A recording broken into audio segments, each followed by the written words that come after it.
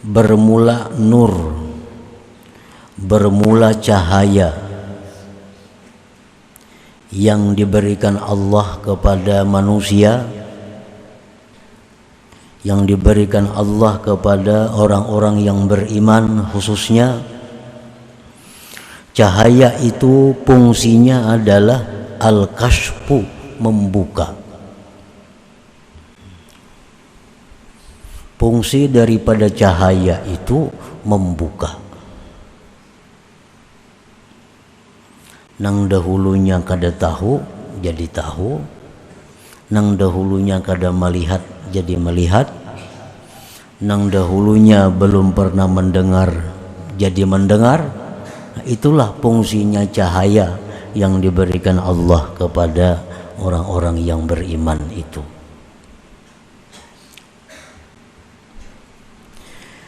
Wal basiratu lahal hukmu, dan mata hati baginya itu memutuskan. Nah, fungsi daripada mata hati yang diberikan Allah kepada kita, mata hati itu fungsinya memutuskan.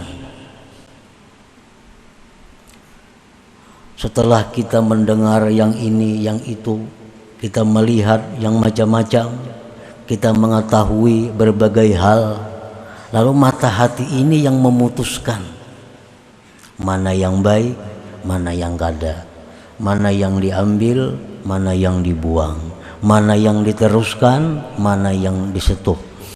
Nah, itu fungsinya mata hati kita, menghukumkan, memutuskan.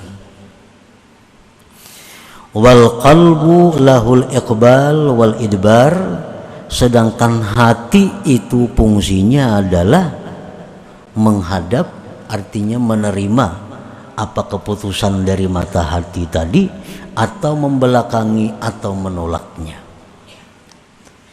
Nah, para muhibbin rahimakumullah, itu di dalam diri kita Allah memberikan 3 macam perkara itu. Pertama, kita telah diberikan Allah nur, sehingga kita sudah melihat mana yang baik, mana yang buruk, sesuai dengan besarnya cahaya yang diberikan Allah kepada masing-masing orang. Kita diberikan Allah mata hati.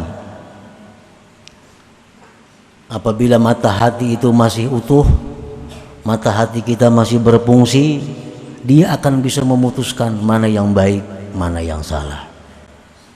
Kemudian hati itulah yang menjadi tumpuan akhir segalanya. Tinggal hati melanjutkan apa yang diputuskan oleh mata hati atau menolak.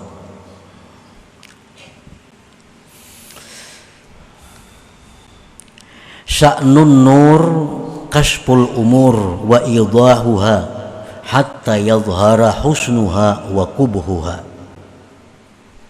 Fungsi cahaya yang Allah berikan kepada kita itu membuka segala perkara, menjelaskannya segala perkara sampai terang benderang, baiknya perkara itu dan jahatnya perkara itu.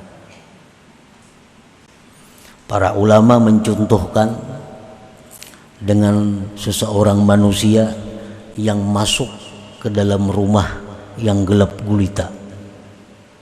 Di dalam rumah itu ada berlian, dalam rumah itu ada emas, dalam rumah itu ada uang, dalam rumah itu ada kala, dalam rumah itu ada ular, dalam rumah itu macam-macam binatang buas.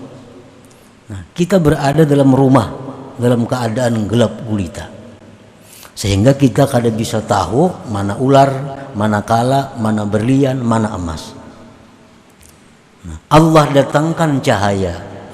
Nah, dengan cahaya itu kita melihat, oh ini emas, ini ular, ini kala, ini duit, ini sebagainya.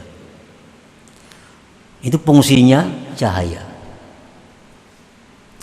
Nah, kemudian mata hati kita itu yang memutuskan. Yang baik jadi mata hati ini emas, ini berlian, ini duit, ini macam. Nang kada baik kalah, ular, tikus, sebagainya. Itu mata hati memutuskan demikian. Nah, tinggal hati apa menurut atau kada dengan petunjuk yang ditetapkan oleh mata hati tadi. Kahusni ta'ati wa kubhil ma'siyati, seperti baiknya taat dan buruknya maksiat.